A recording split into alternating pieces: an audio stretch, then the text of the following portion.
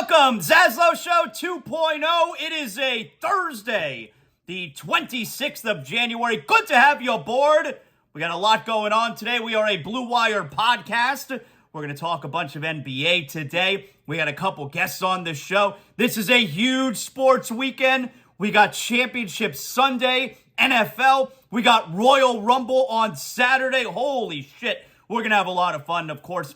ZASLOW Show 2.0, everything ZASLOW Show 2.0 is always brought to us by our title sponsor, Anidjar and Levine Accident Attorneys, 800-747-FREE. That's 800-747-3733. If you've been involved in an accident, if you got an injury, first you call 911.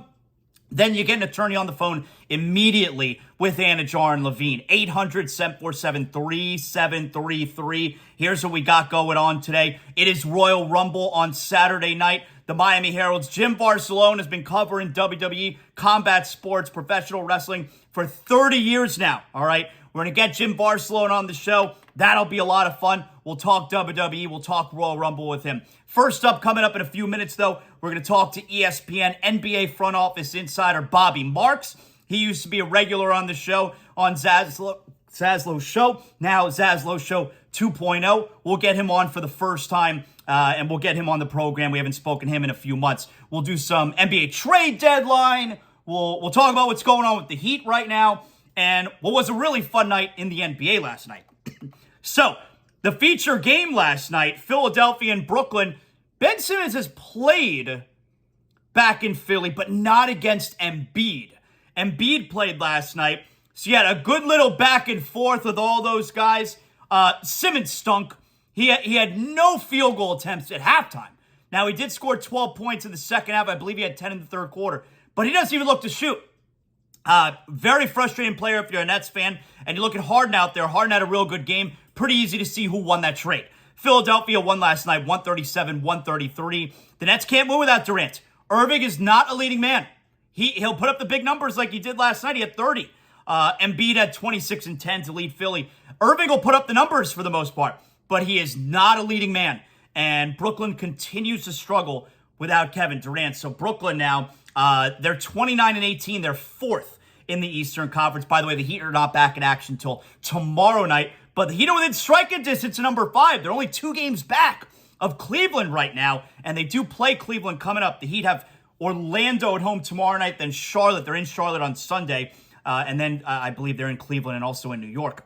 So, very important stretch coming up for the Heat. Also, look, Philadelphia, Brooklyn, I was into that game last night. You got 2 teams out there.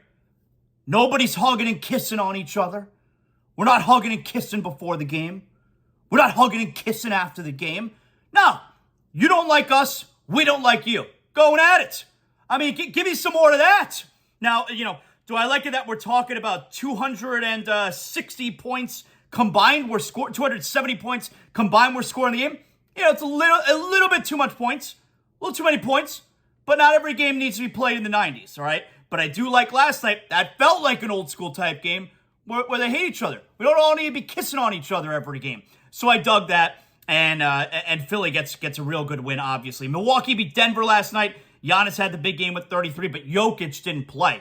So you got the most recent MVPs, Giannis and Jokic, and you didn't get that matchup. They only played twice a year. Load management. We'll get back to that in a second. Very big deal. Golden State beat Memphis. It was Jordan Poole right before the buzzer. Steph Curry got thrown out of the game with about a minute left, seemingly because he was angry at Jordan Poole. Steph Curry throws his mouthpiece as Jordan Poole puts up an ill-advised shot when Steph Curry was asking for the ball. And running back up the floor, he throws his mouthpiece. He's angry. They throw him out of the game with a minute left. Steph, can't do that. You could be angry at Jordan Poole. Seems like the team hates Jordan Poole. You could be angry at Jordan Poole. Can't get thrown out of a game like that. Well, Jordan Poole ends up hitting the winner, a layup. They win 122-120. One of the better rivalries in the league is Golden State and Memphis. I know, it's got to be a rivalry if both teams beat each other. I get it.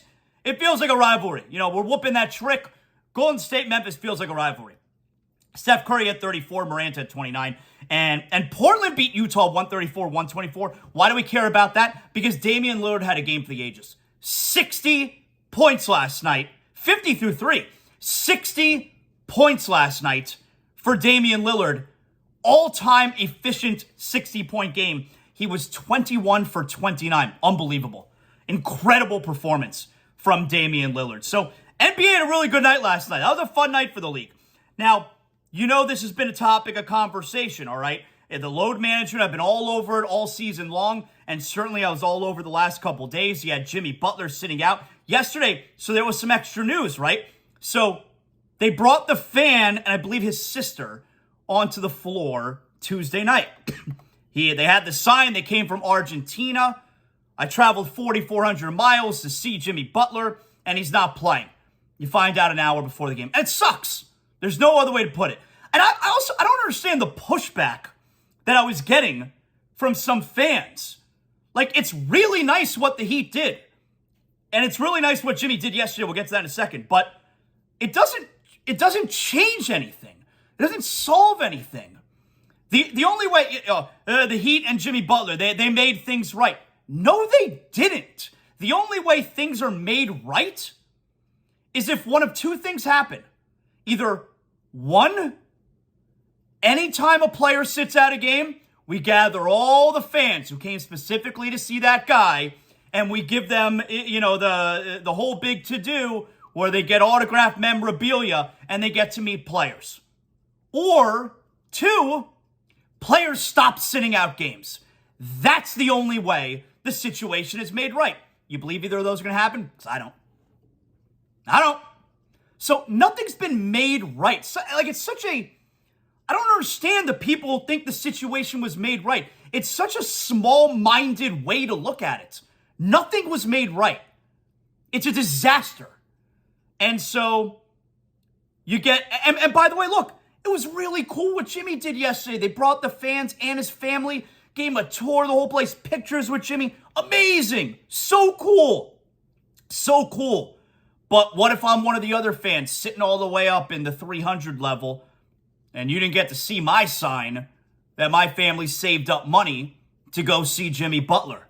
I didn't get the grand treatment. I didn't get the big tour. It sucks. It's great for that fan. Great for his family. Really cool that the Heat did that. Really cool that Jimmy Butler did that. What about everybody else? What about next time? Made it right. Come on. Now, I know I've been getting these messages also on Twitter where apparently, and you could see it on the Twitter account of the girl, I believe the sister. They love the Warriors also. And they've been at a Warriors game earlier this year holding up the sign, we flew, blah, blah, blah, miles to come see Steph Curry. So I think some people think that maybe the Heat got duped. Maybe they did, but just because they also held up a sign at the Warriors game and, flew however many miles to see Steph Curry also, that doesn't mean it's not true. That doesn't mean that they didn't do, it doesn't mean they were trying to scam the Heat. Maybe they flew from home to go see Steph Curry one time, and then they flew all the way to come see Jimmy Butler. It doesn't mean it's not true. Like, it looks weird. Like, it can give you a doubt, give you suspicion, of course. Doesn't mean it's not true. So, I don't know. I'm not getting all wrapped up in that. Charles Barkley yesterday.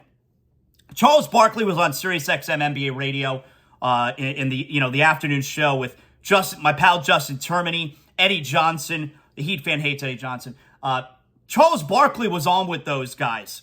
And unfortunately, the biggest story in the league this year is the load management. And Barkley had some strong words.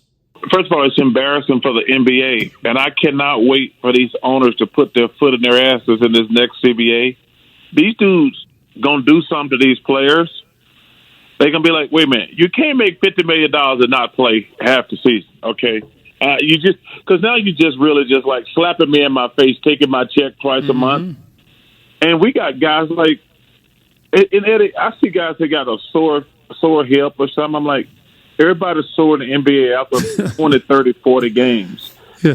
But I think it's going to be very interesting in the next CBA because, the billionaires always wins against millionaires. And I think those owners are going to try to do something. I don't know what it is. I think there's going to be a strike or a lockout, however you want to phrase it. But I think they're going to say, okay, you guys don't want to play. I'm going to teach y'all a lesson. Because, we paid y'all during the pandemic. We didn't have nobody in the stands for a couple years, but we still paid y'all. And this is how y'all repay us, making all this money and not wanting to play. So, man, I think it's going to be very interesting in the next CBA. But, Eddie, to pick it back on your point, man, it's getting to the point where it's actually a joke now. Look, you know the old school players hate it. You know, Barkley's probably saying to himself, we didn't have private planes. We flew commercial. We had back-to-backs. We had 4 games in 5 nights. You flew the morning of commercial. You flew the morning of a game, second night of a back-to-back. And these, you know, I'm making a couple $1 million. These guys are making $50 million. The older players hate it. They think these guys are big-time sissies. And I do think that there's something to what Stan Van Gundy said on our show a couple weeks ago, where guys are resting more and have more knick-knack strains, you know, injuries, small injuries, soft tissue injuries than they've ever had before. I don't know if there's anything to that, but I think he's probably on to something there.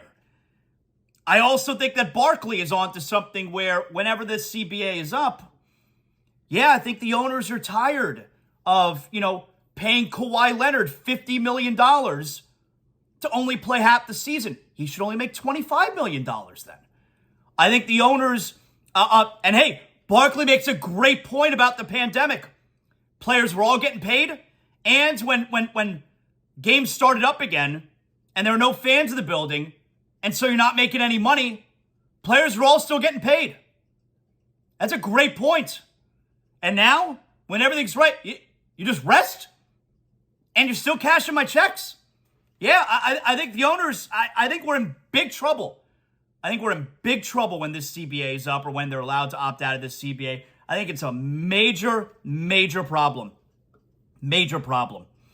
Hey, so this Sunday, we're going to do a lot more NFL tomorrow. This Sunday, though, Briny Irish Pub, Pompano Beach. I'm going to be there for the 3 o'clock game. We're going to watch the NFL championship games on Sunday at the Briny, world's greatest upscale dive bar. You know that's my spot when it comes to watching the big games. You got great music every day. You got live music at the Briny. You got happy hour 4 to 7 p.m. That's the Briny hour, Monday through Friday. You got great food specials, of course, fish and chips.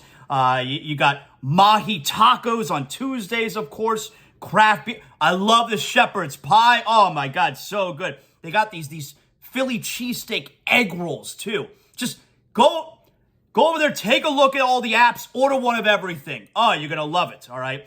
Great cocktails, great craft beers on tap. Briny Irish Pub, Pompano Beach. Take Atlantic Boulevard all the way to the Atlantic. Park behind the Briny for free parking. They will validate your tag, all right? So come hang out this Sunday, world's greatest upscale dive bar, Briny Irish Pub, Pompano Beach. I will be there this Sunday. Let's hang out. Let's watch the NFL games. Let's get it loose. All right, let's get Bobby Marks on here.